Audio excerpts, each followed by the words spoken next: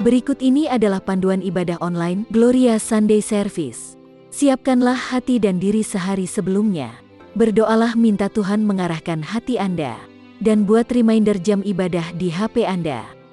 Berpakaianlah yang rapi dan sopan, sama seperti saat Anda ke gereja. Siapkanlah diri Anda 10 menit sebelum ibadah dimulai. Ambillah waktu teduh di hadapan Tuhan. Ikutilah seluruh ibadah dengan sepenuh hati. Menyanyi, berdoa, serta duduk dan berdiri mengikuti arahan liturgis. Siapkan diri Anda saat persembahan, persiapkan HP untuk scan QR Code atau transfer. Bagi jemaat yang rindu untuk memberikan persembahan dan perpuluhan, dapat ditransfer melalui rekening berikut ini. Atau dengan scan QR Code menggunakan aplikasi OVO, GoPay, link aja, atau dengan aplikasi M-Banking di HP Anda.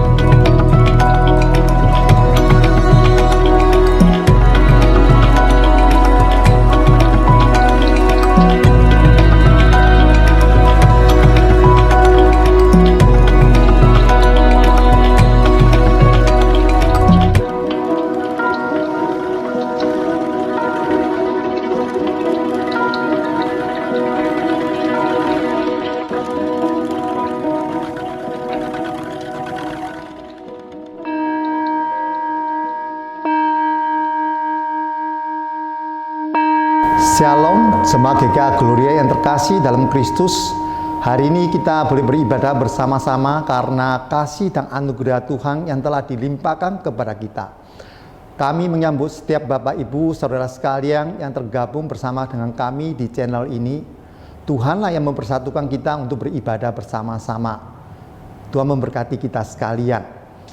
Firman Tuhan pada pagi hari ini dan juga perjamuan kudus akan dilayani oleh Bapak Pendeta William Lim. Terima kasih kepada Pendeta William Lim atas pelayanannya.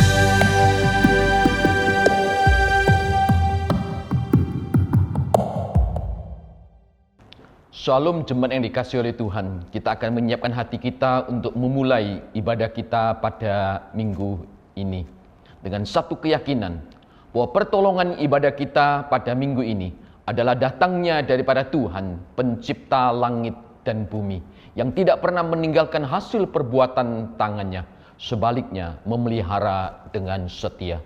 Turunlah atas kita sekalian rahmat dan sejahtera dari Allah Bapa, Putra, dan Roh Kudus. Amin. Mari kita datang beribadah dengan mengakui bahwa segala hormat hanya bagi Allah Tritunggal. Hormat diberi.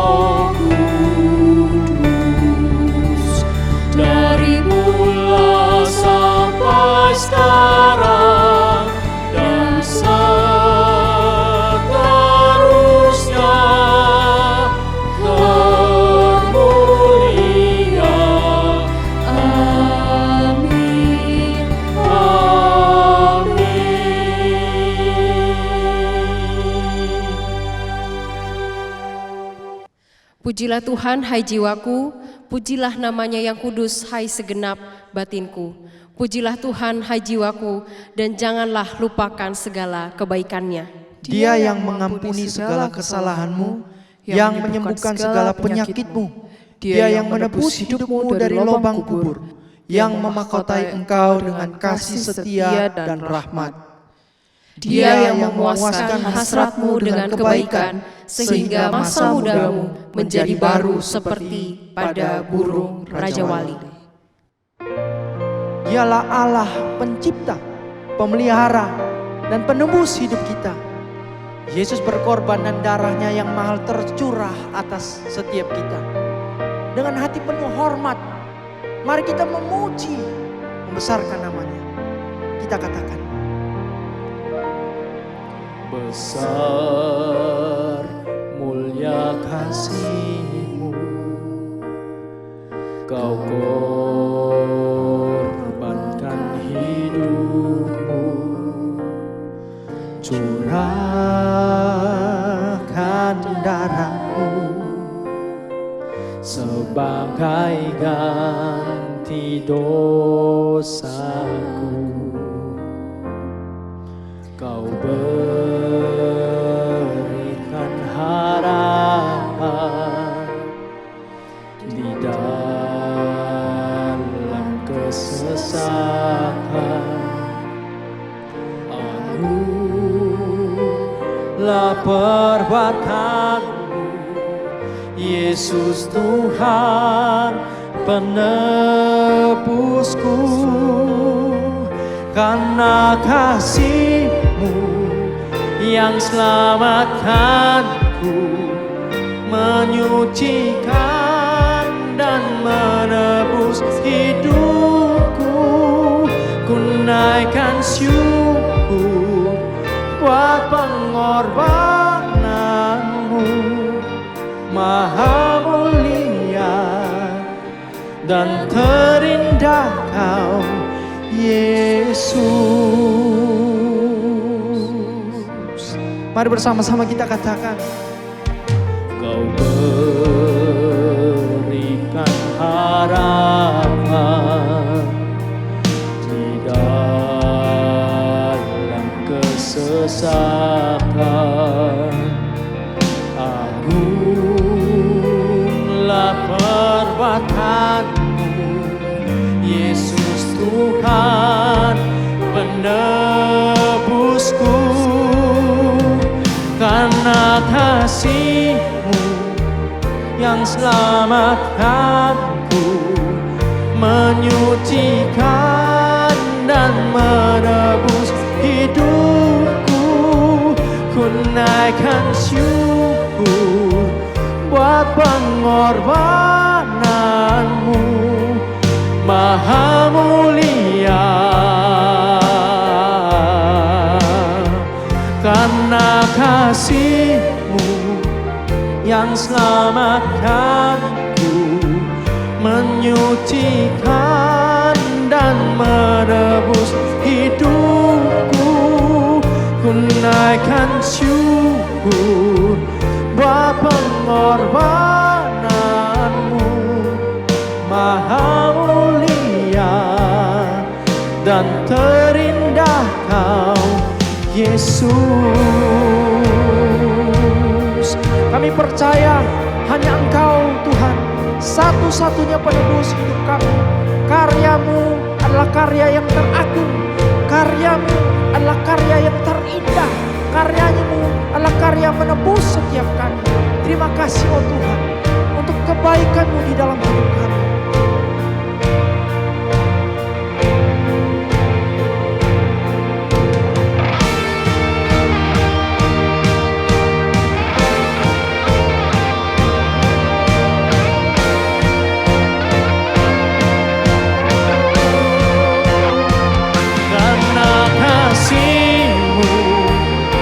Selamatkanku, menyucikan dan menebus hidupku.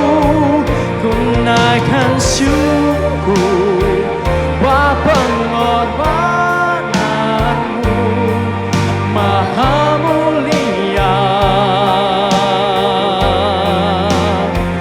Karena kasih-Mu yang selamatkanku, menyucikan dan menebus hidupku. Ku naikkan syukur buat pengorbanan-Mu, Maha mulia dan terindah Kau, Yesus.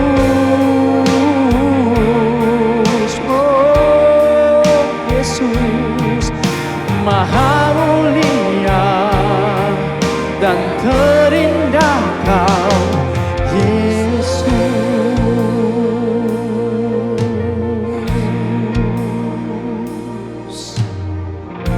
Puji Tuhan.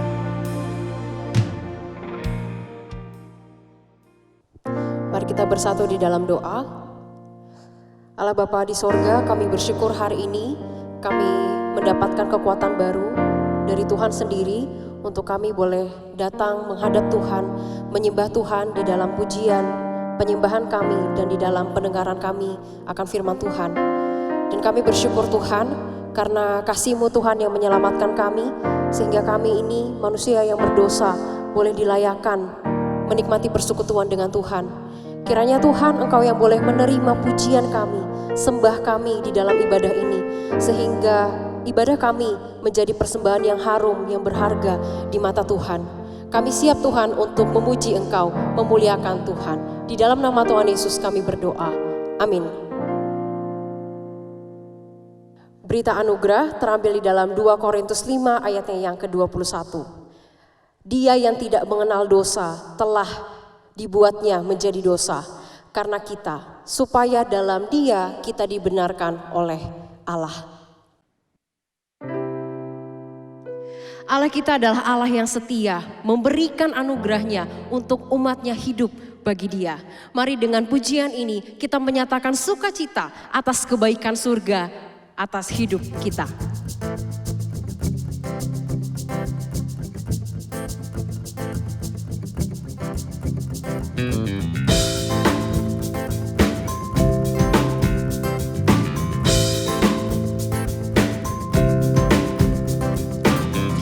Sukacita surga, itulah kekuatan bagi jiwa.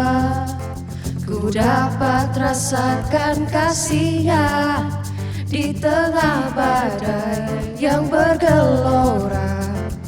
Terima sukacita surga, itulah kekuatan bagi jiwa.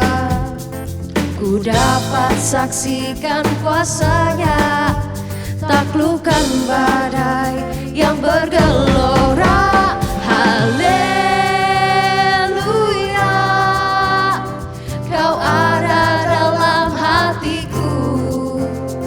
takkan patah semangatku, takkan hilang kekuatanku. Haleluya, ku mau bersorak bagimu, sukacita surga nyata penuhiku.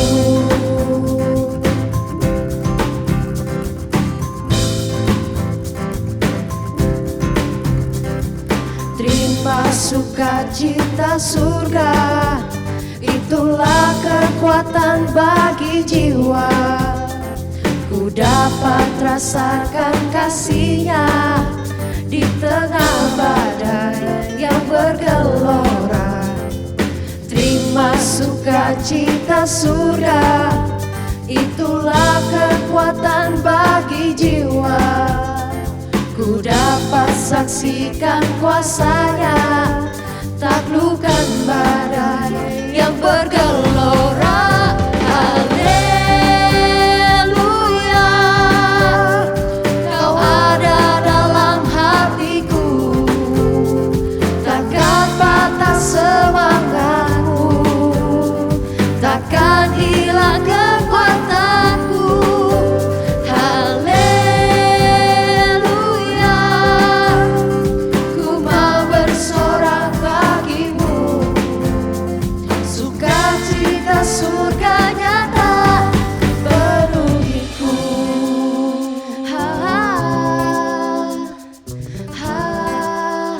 ha,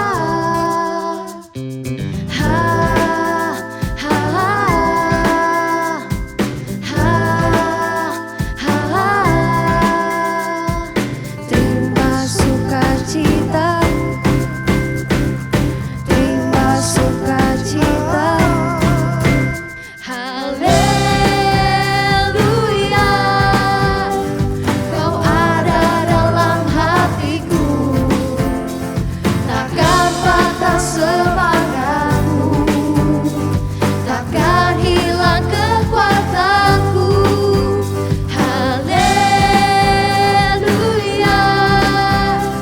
ku mau bersorak bagimu, sukacita surga nyata penuhiku.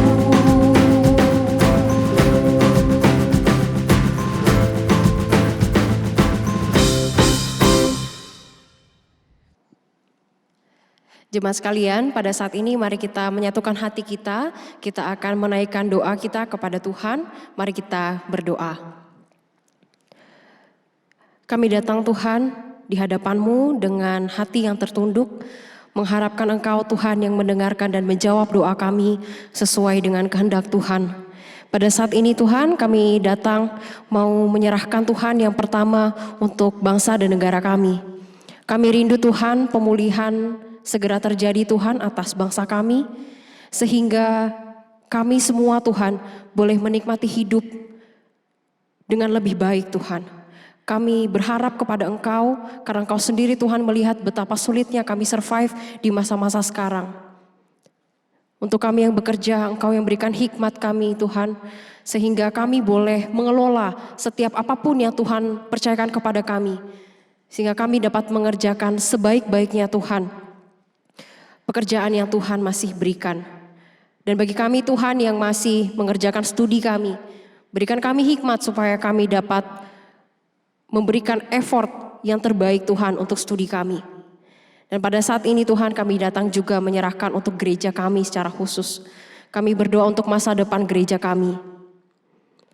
Berkati Tuhan setiap para pemimpin gereja, hamba Tuhan, majelis, aktivis yang bersatu hati memikirkan bagaimana masa depan gereja kami. Kiranya Tuhan kami memikirkan kehendak dari Allah sendiri, memikirkan visi dan misi dari Allah sendiri. Sehingga Tuhan kami mengerjakan gereja ini bukan sesuai dengan kehendak hati kami, tetapi sesuai kehendak Bapa di sorga. Kami rindu Tuhan kami menjadi gereja yang bertumbuh di dalam Tuhan, mencintai Tuhan dan mencintai jemaat Tuhan. Ini doa kami Bapa, di dalam nama Tuhan Yesus kami menyerahkan doa kami dan kami akan menaikkan doa kami seperti doa yang Tuhan Yesus ajarkan kepada kami. Bapa kami yang di sorga, dikuduskanlah namamu. Datanglah kerajaan-Mu, jadilah kehendak-Mu di bumi seperti di sorga. Berikanlah kami pada hari ini makanan kami yang secukupnya, dan ampunilah kami akan kesalahan kami, seperti kami juga mengampuni orang yang bersalah kepada kami. Dan janganlah membawa kami ke dalam pencobaan, tetapi lepaskanlah kami daripada yang jahat. Karena Engkaulah yang mempunyai kerajaan dan kuasa dan kemuliaan sampai selama-lamanya. Amin. Mari seluruh jemaat kita mengikrarkan pengakuan kita seturut dengan pengakuan iman rasuli. Dan baiklah kita mengaku demikian. Aku percaya kepada Allah, Bapa yang Maha Kuasa, Khalik langit dan bumi, dan kepada Yesus Kristus, anak yang tunggal Tuhan kita, yang dikandung dari Roh Kudus, lahir dari anak darah Maria, yang menderita sengsara di bawah pemerintahan Pontius Pilatus, disalibkan, mati dan dikuburkan, turun ke dalam kerajaan maut. Pada hari yang ketiga, bangkit pula dari antara orang mati, naik surga, duduk di sebelah kanan Allah, Bapa yang Maha Kuasa. Dan dari sana Ia akan datang untuk menghakimi orang yang hidup dan yang mati. Aku percaya kepada Roh Kudus, gereja yang kudus dan persekutuan orang kudus, pengampunan dosa, kebangkitan tubuh, dan hidup yang kekal. Amin. Menjalani hidup bagi Tuhan hanya dapat kita lakukan dengan anugerah Tuhan. Karya keselamatannya yang nyata menebus dan memulihkan hidup kita, itulah yang membuat kita mampu hidup bertekun di dalam iman. Dengan nyanyian ini, mari kita mengingat kembali karya salib Kristus buat kita sekalian. Karyanya yang menyatakan betapa Dia mengasihi kita.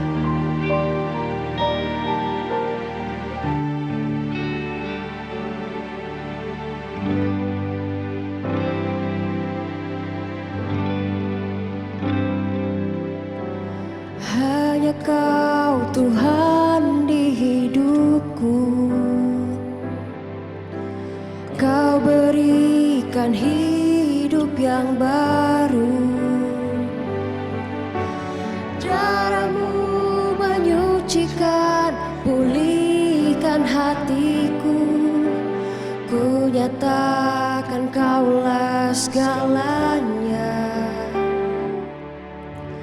Engkaulah sumber pengharapan, kuasa-Mu sanggup menyembuhkan. Jiwaku pun berserah hanya kepadamu, Yesus, Kaulah segalanya. Karena salib-Mu ku hidup, karena salib-Mu ku menang. Engkau yang berkuasa, sanggup untuk melakukan mujizat-Mu di hidupku.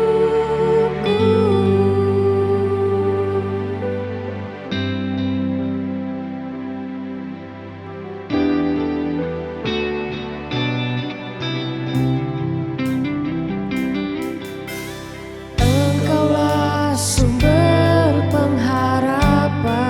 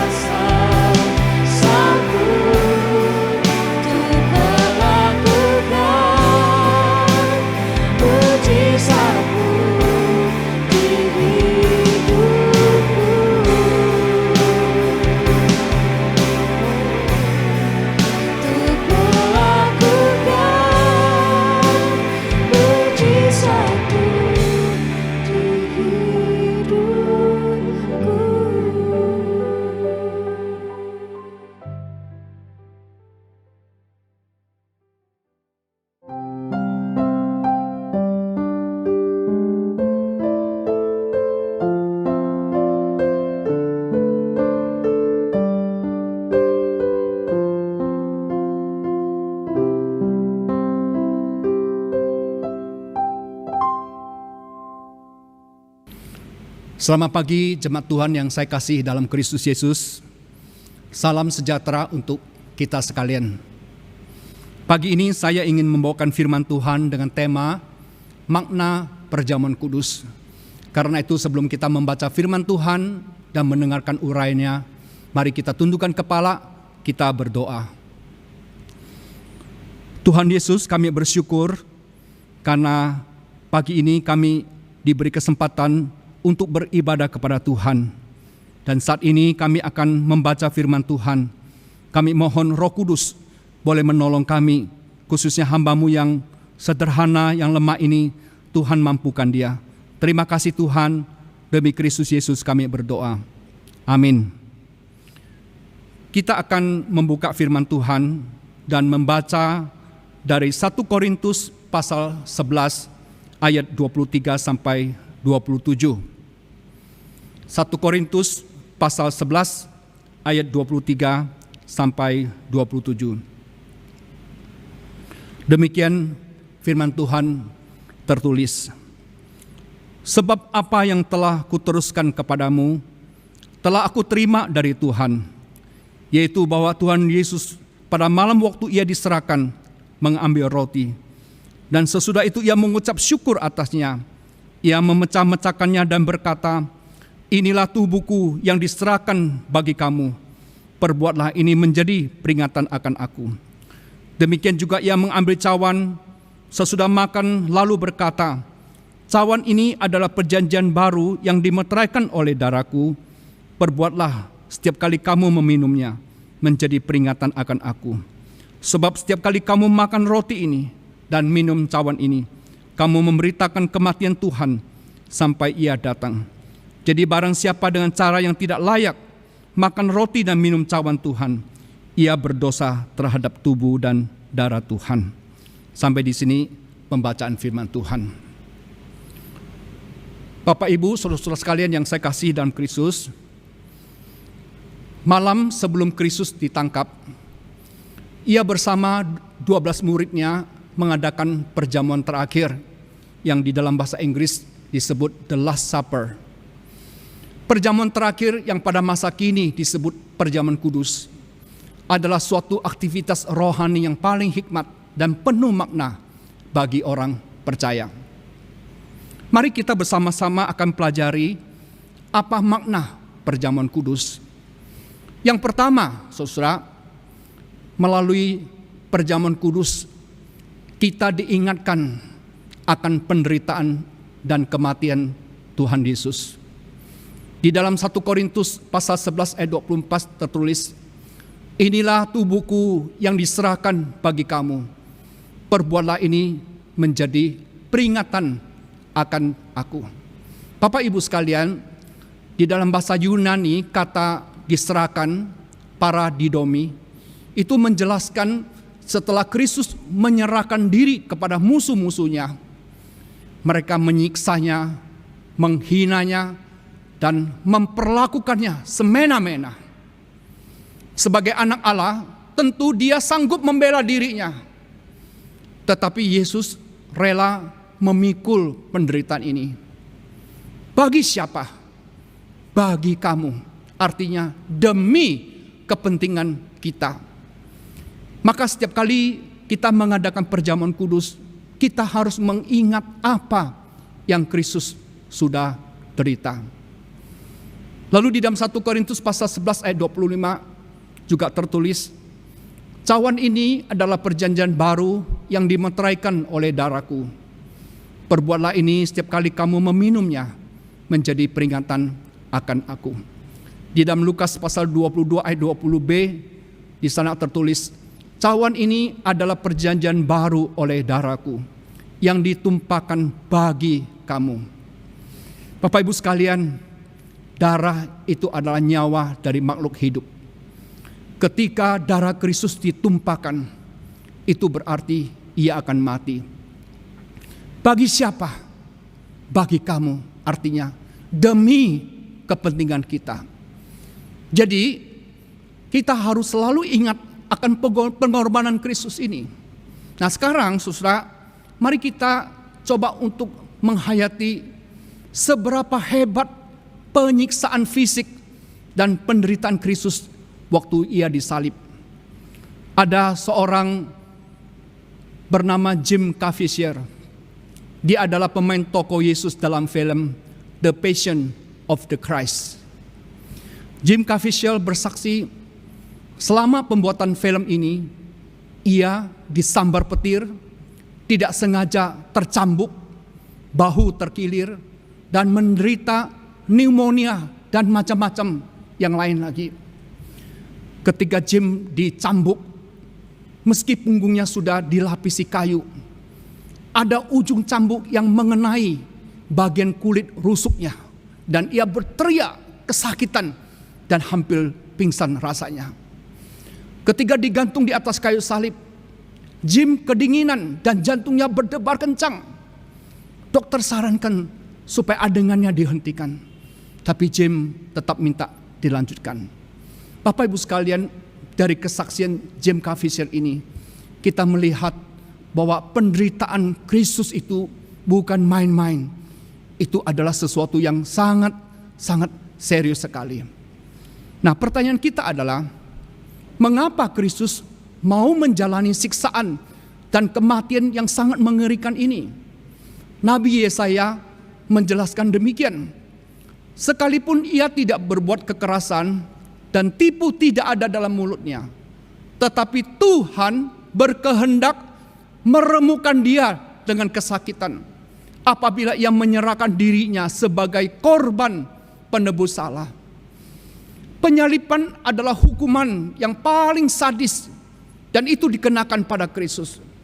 Sejak ia menyerahkan diri di Taman Getsemani sampai disalib di Bukit Golgota, tubuh Kristus betul-betul diremukkan seperti nubuat Nabi Yesaya. Jadi di sini kita melihat penyaliban Kristus adalah kehendak Allah. Kematian Kristus adalah suatu keharusan karena dia rela menyerahkan diri sebagai korban penebus salah. Apakah sebetulnya korban penebus salah itu? Bapak Ibu sekalian, kejatuhan Adam dan Hawa ke dalam dosa telah merusak relasi Tuhan dengan manusia. Ditambah lagi dengan berbagai pelanggaran yang terus dilakukan manusia. Ini betul-betul membangkitkan murka Tuhan atas manusia. Murka Tuhan jangan hanya diartikan sifat kemarahan Allah yang kalap seperti kemarahan manusia. Murka Allah adalah reaksi Allah yang kudus bila berkonfrontasi dengan dosa. Manusia manakah yang mampu mempersembahkan korban penebus salah untuk meredakan murka Allah dan mendamaikan Allah dengan manusia? Di dalam perjanjian lama, binatang yang dikorbankan, tapi ini hanya bersifat sementara. Tapi di dalam perjanjian baru, Kristus adalah domba Allah. Ia betul-betul dikorbankan di atas kayu salib. Karena apa? Karena dia dianggap layak untuk membayar korban penebus salah. Bapak Ibu sekalian, mari kita melihat gambar ini. Ketika Yesus di atas kayu salib, apa yang terjadi dengannya? Ia menggantikan manusia untuk menerima hukuman dan murka Allah. Coba kita lihat, ada satu bogem yang sangat besar yang ada di atas kepala Tuhan Yesus. Itu adalah lambang murka Allah, saudara. Di atas kayu salib, murka Allah telah dijatuhkan kepada Kristus Yesus. Tuhan menghukum anaknya sendiri, Yesus Kristus, untuk kita. Dan justru melalui itulah, maka murka Allah telah diredakan oleh Kristus. Charles Spurgeon berkata, ketika Allah menyerahkan Kristus sebagai korban penebus salah, Ia menuangkan ke atas Kristus murkanya yang begitu mengerikan, sehingga itu adalah pembayaran lunas bagi api neraka yang kekal. Dan saudara-saudara, karena murka Allah sudah reda, Allah tidak lagi, saudara, menghukum manusia. Maka di atas kayu salib ini Allah telah memperdamaikan manusia dengan dirinya oleh Kristus Yesus. Sebagai orang-orang yang mengasihi Tuhan, bagaimanakah respon kita terhadap semua pengorbanan Kristus yang begitu besar di dalam upaya menyelamatkan kita? Ada dua respon yang saya ingin bahas secara cepat di tempat ini. Respon pertama, kasihilah Tuhan dan layanilah Dia. Bapak Ibu sekalian, pada satu hari ada seorang pemuda, dia adalah anak bangsawan yang kaya, bernama Zinzendorf.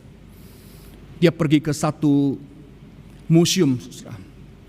Di situ dia melihat sebuah lukisan tentang Tuhan Yesus yang terjatuh karena memanggul kayu salib.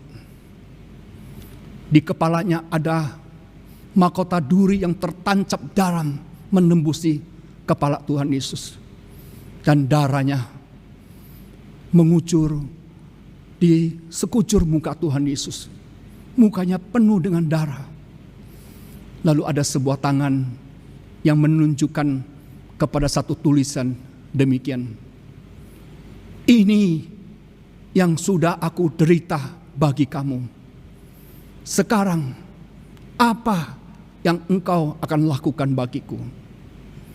Saudara-saudara, lukisan ini berbicara keras kepada Zinzendorf.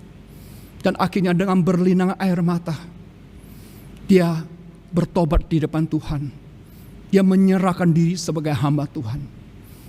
Dan di kemudian hari, Zinzendorf ini terkena seorang misioneri yang mempunyai kontribusi yang sangat besar, di mana ia membangkitkan kesadaran gereja-gereja Protestan tentang pentingnya misi lintas budaya sebagai tugas yang paling mendasar dari gereja. Itu Zinzendorf, saudara.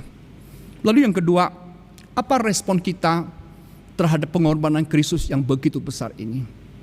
Yang kedua adalah jangan mau lagi diperbudak dosa dan hawa nafsu. Kenapa? Karena di atas kayu salib Kristus sudah membayar dengan nyawanya agar kita boleh dibebaskan dari budak dosa, saudara. Jangan lagi membiarkan dirimu diperbudak oleh kebiasaan buruk, oleh dosa-dosa yang sangat mendukakan hati Tuhan. Bapak Ibu sekalian, beberapa waktu yang lalu saya mendengarkan khotbah Pastor Edmund Chang dari Singapura, saudara. Dia dalam khotbah itu menceritakan satu kisah yang dia sebut dengan judul Prisoner of His Own Appetite. Di dalam bahasa Indonesia terjemahkan menjadi tawanan karena hawa nafsu makannya. Saudara-saudara sekalian, cerita ini mengisahkan pada abad ke-14 di negara Belgia itu diperintah oleh seorang adipati yang bernama Renold III, Renold ketiga. Nah, saudara-saudara, satu hari adik dari Renold III ini bernama Edward, saudara, berhasil mengadakan kudeta dan menjatuhkan kakaknya yang bernama Renold III ini. Lalu Edward, saudara-saudara, memasukkan kakaknya ke sebuah rumah tahanan yang mirip dengan rumah burung walet ini. Nah, rumah ini, Bapak Ibu sekalian, itu dikasih jendela-jendela dan juga pintu masuk keluar yang sebesar ukuran badan manusia normal, saudara. Nah, di dalam rumah ini Renold ditaruh, saudara. Bapak Ibu sekalian, sebetulnya kalau manusia yang berbentuk tubuh normal, dia bisa keluar masuk rumah tahanan dengan gampang. Tetapi tidak demikian untuk Renold III. Kenapa, saudara? Karena adiknya itu tahu hobi daripada Renold III ini, yaitu dia suka makan makanan yang enak, Maka setiap pagi, siang, dan malam Reinhard III ini diberi makanan yang enak-enak, saudara. Dan Reinhard III ini makan dengan sangat lezat sekali. Sehingga tubuhnya makin lama makin besar dan makin besar. Dan untuk itu dia tidak bisa keluar dari pintu masuk keluar yang sudah disediakan. Karena badannya tidak bisa tembus lubang itu. Dan dia harus tinggal 10 tahun di rumah tahanan itu. Kenapa dia harus tinggal 10 tahun? Karena dia sudah menjadi tawanan karena hawa nafsu makannya yang besar itu. Hari ini banyak di antara kita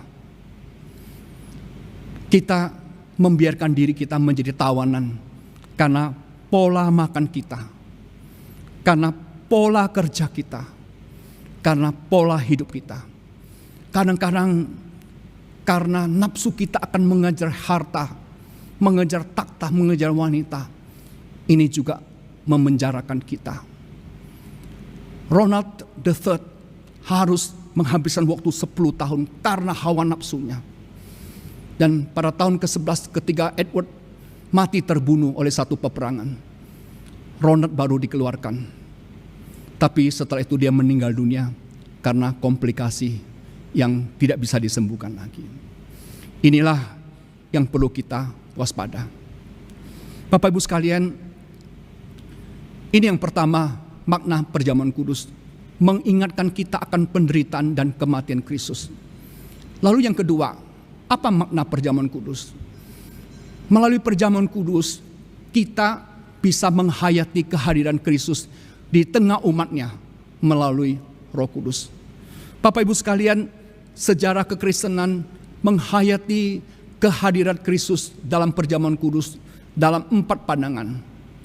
Pandangan yang pertama itu disebut dengan transsubstansiasi. Itu dipegang oleh Gereja Roma Katolik. Trans berarti berubah. Substansiasi itu substansi. Transsubstansiasi itu adalah perubahan substansi. Saudara, orang-orang Katolik itu mempercayai setelah imam mengucapkan berkat, substansi roti dan anggur berubah menjadi tubuh dan darah Kristus. Nah, tentunya perubahan ini tidak bisa dilihat oleh mata, tapi diyakini dalam iman bahwa itu berubah. Yang kedua, konsubstansiasi. Itu dipegang oleh gereja Lutheran dan dicetuskan oleh Martin Luther. Kon itu berarti bersama-sama, substansiasi itu berarti substansi, konsubstansiasi itu berarti bersama-sama substansi. Artinya apa? Saudara, setelah rohaniwan mengucapkan berkat, substansi roti dan anggur tidak berubah, tetapi kehadiran Kristus ditambahkan bersama-sama dengan roti dan anggur. Itu kepercayaan orang Lutheran. Lalu yang ketiga, saudara, pengingat. Gereja Protestan pada umumnya memegang pandangan ini yang dicetuskan oleh Zwingli. Saudara, orang Protestan melihat bahwa di dalam perjamuan kudus, roti dan anggur tidak mempunyai khasiat ilahi. Roti dan anggur hanya berfungsi sebagai pengingat akan penderitaan, kematian, dan kebangkitan Tuhan Yesus. Namun demikian, saudara, ada pendapat yang keempat, yaitu yang dicetuskan oleh John Calvin, saudara, yakni spiritual presence, kehadiran ilahi. Ini dipegang oleh gereja-gereja reform. Saudara, menurut John Calvin, dia berkata, perjamuan kudus mempersatukan semua orang percaya sebagai anggota tubuh Kristus. Kristus tidak hadir, saudara, melalui roti atau anggur, tapi Kristus hadir di tengah orang percaya melalui Roh Kudus. Nah, pandangan ini, saudara, didukung dari Matius 18 ayat 20. Sebab di mana ada 2-3 orang berkumpul dalam namaku, di situ aku ada di tengah-tengah mereka. Jadi menurut pandangan pribadi saya, saudara, Sebagai gereja yang memegang teologi reform, saudara, kita tidak saja mengamini roti sebagai pengingat akan penderitaan dan kematian Tuhan Yesus, tapi kita juga percaya, saudara, ketika orang-orang beriman, saudara, bersama melaksanakan sakramen, kita yakin bahwa Kristus hadir di tengah-tengah kita, bukan secara fisik, tetapi melalui Roh Kudus.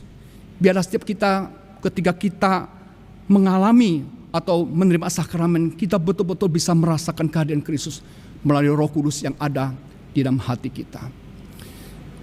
Yang ketiga dan yang terakhir, apa makna perjamuan kudus? Yang ketiga, saudara, ketika kita melaksanakan perjamuan kudus, kita sebetulnya menantikan kedatangan Kristus yang kedua kali atau second coming. Di dalam 1 Korintus pasal 11 ayat 26, sebab setiap kali kamu makan roti ini dan minum cawan ini, kamu memberitakan kematian Tuhan sampai Ia datang. Saudara, di dalam Alkitab ada banyak sekali nubuatan-nubuatan yang sudah digenapkan, saudara. Kecuali ada satu nubuatan yang belum digenapi, yaitu kedatangan Tuhan Yesus yang kedua kali. Saudara, saya percaya satu hari seperti yang Alkitab katakan, Yesus akan datang. Dia akan datang di dalam kemuliaan bersama dengan para malaikat dari surga, saudara, akan turun ke bumi. Kedatangan yang kedua ini, kalau dia datang, apa yang dia lakukan? Sebagaimana dicatat di dalam 1 Tesalonika pasal 4 ayat 13 sampai 18. Saudara, yang pertama, orang-orang percaya yang sudah meninggal akan dibangkitkan dan diberikan tubuh kebangkitan.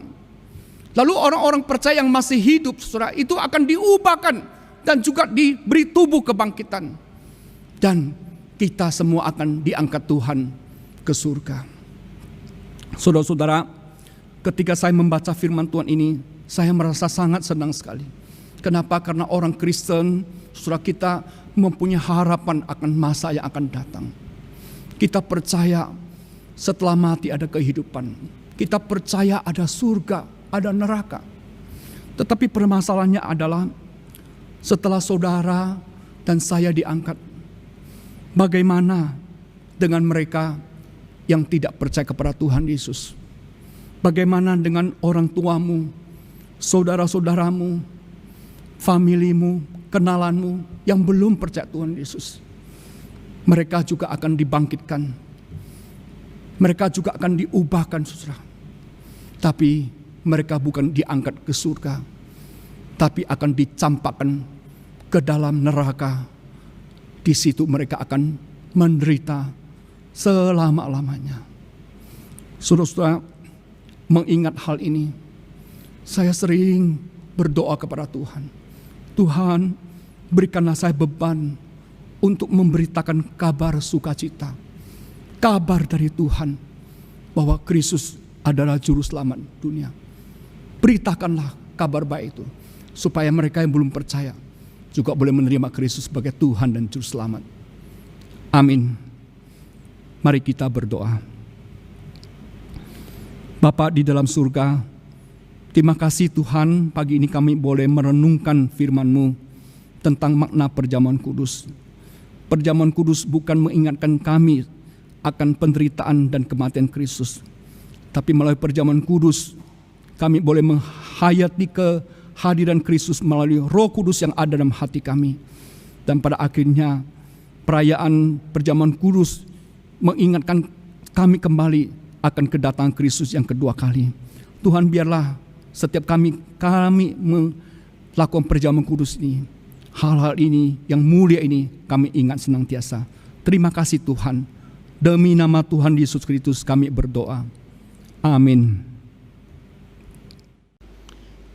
Jemaat Tuhan yang saya kasihi, pada kebaktian hari ini Tuhan Yesus mengundang setiap kita yang sudah dibaptis, yang sudah disidi, maupun yang sudah mempersiapkan hati untuk bersama-sama menerima roti dan cawan Tuhan. Dan sebagaimana kita telah mendengar firman Tuhan pagi ini, bahwa setiap kali kita menerima sakramen ini, kiranya kita juga mempersiapkan hati kita dengan sungguh-sungguh. Untuk itu, saya akan membacakan firman Tuhan dari 1 Korintus pasal 15 ayat 54b sampai dengan 57. Maut telah ditelan dalam kemenangan. Hai maut, di manakah kemenanganmu? Hai maut, di manakah sengatmu? Sengat maut ialah dosa, dan kuasa dosa ialah hukum Taurat. Tetapi syukur kepada Allah yang telah memberikan kepada kita kemenangan oleh Yesus Kristus Tuhan kita. Mari kita tundukkan kepala, kita berdoa. Bapa di dalam surga, kami bersyukur kalau pagi ini kami akan menerima roti dan cawan Tuhan untuk mengingatkan penderitaan dan kematian Tuhan Yesus. Tapi bukan itu saja Tuhan, kami juga diingatkan akan kebangkitan Engkau dari kematian. Sehingga melaluinya maut boleh dikalahkan, manusia boleh diselamatkan, menerima hidup yang kekal. Terima kasih Tuhan, kiranya Engkau kuduskan setiap kami. Jikalau ada dosa-dosa tersembunyi di hati kami, Tuhan Engkau selidiki dan Engkau ampuni kami. Puji namamu Bapa. Inilah seluruh doa kami, dalam Kristus Yesus kami berdoa. Amin. Mari kita bersama-sama menyanyikan lagu Dekat ke Salibmu.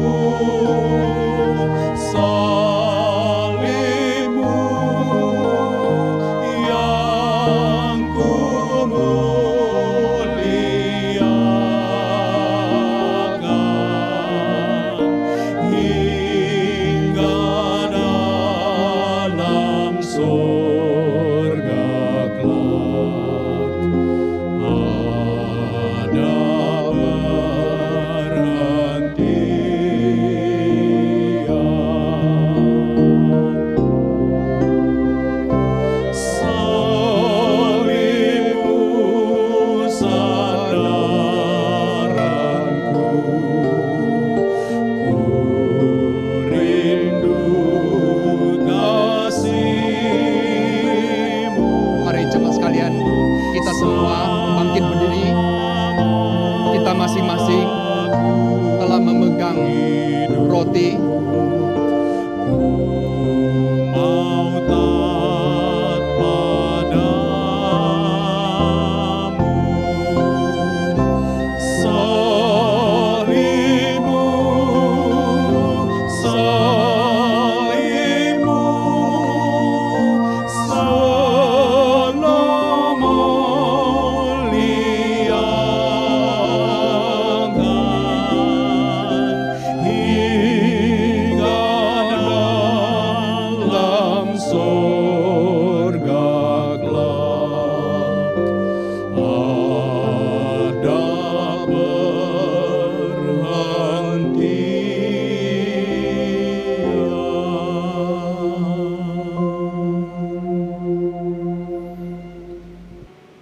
Jemaat Tuhan yang terkasih, pada malam waktu Tuhan Yesus akan menyerahkan dirinya, Ia mengambil roti, sesudah mengucap syukur, Ia memecah-mecahkannya dan berkata, "Inilah tubuhku yang diserahkan bagi kamu. Perbuatlah menjadi peringatan akan aku."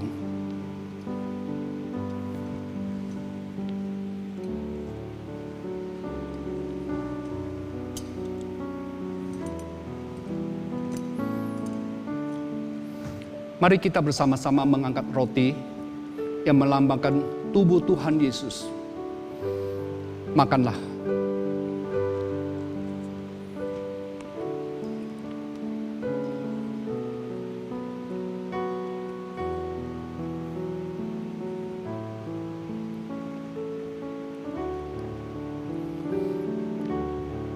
Setelah makan, Ia mengambil cawan dan berkata, "Cawan ini adalah perjanjian baru yang dimeteraikan oleh darahku. Perbuatlah menjadi peringatan akan aku."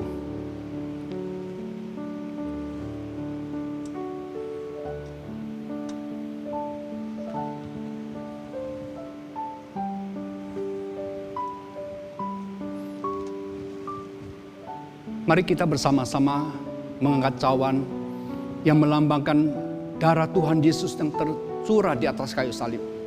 Minumlah.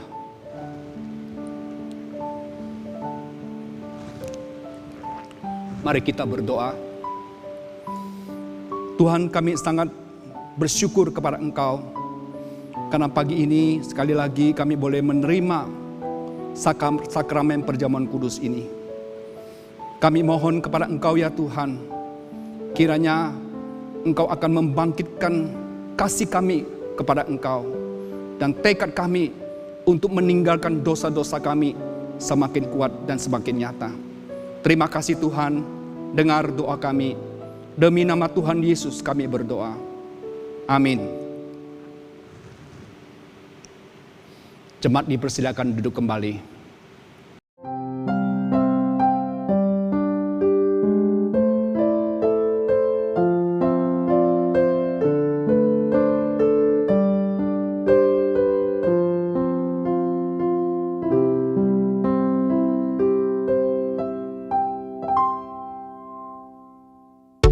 Mari kita naikkan syukur kita kepada Allah, sebab Dia sungguh baik.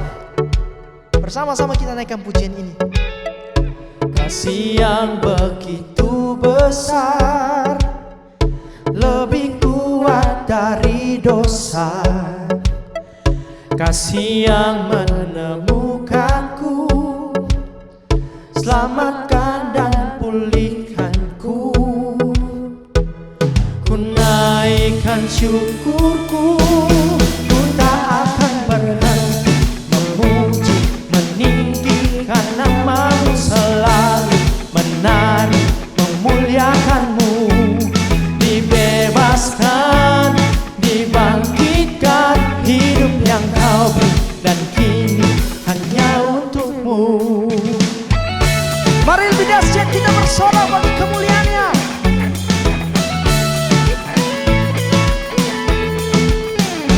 Kasih yang begitu besar, lebih kuat dari dosa.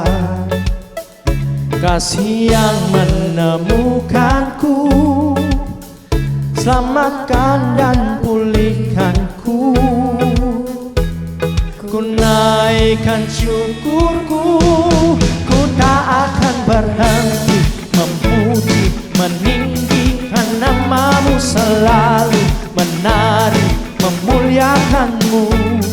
Dibebaskan, dibangkitkan, hidup yang kau beri, dan kini hanya untukmu. Takkan berhenti memuji, meninggikan namamu, selalu menari, memuliakanmu. Dibebaskan, dibangkitkan, hidup yang kau beri, dan kini hanya untukmu. Hidup yang kau beri, dan kini hanya untukmu.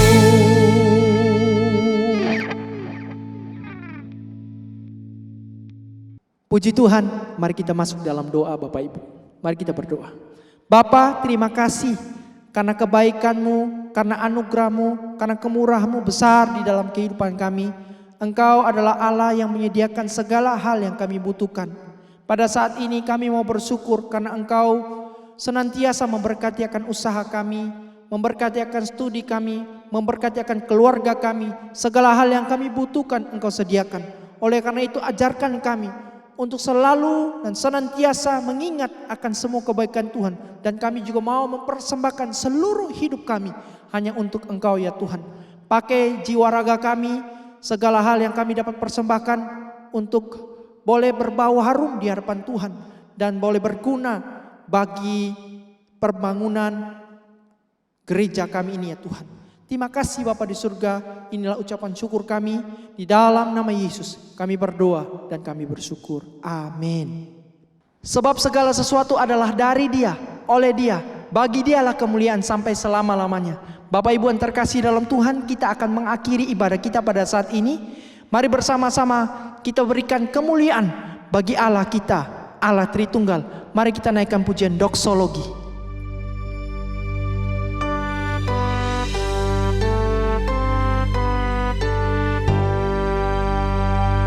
Puji Allah Bapa Putra, puji Allah Roh Kudus, ketiganya yang esa.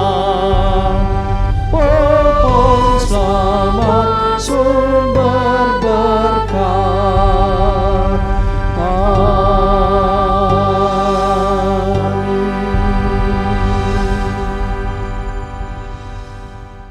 Jemaat yang dikasihi oleh Tuhan, mari arahkanlah hatimu kepada Kristus dan terimalah berkat daripada Tuhan. Kiranya Tuhan memberkati engkau dan melindungi engkau. Tuhan menyinari engkau dengan wajah-Nya dan memberi engkau kasih karunia. Tuhan menghadapkan wajah-Nya kepadamu dan memberi engkau damai sejahtera mulai dari saat ini dan sampai selama-lamanya. Amin.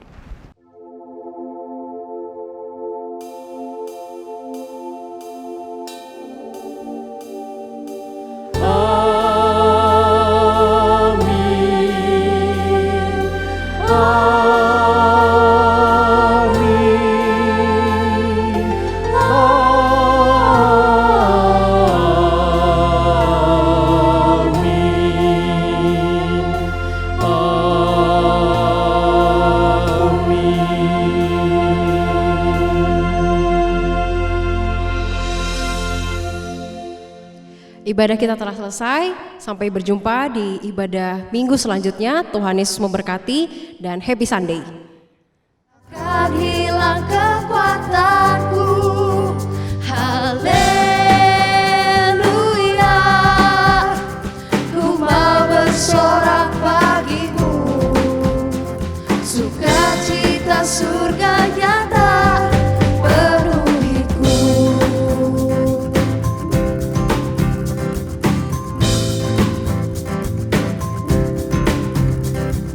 Terima sukacita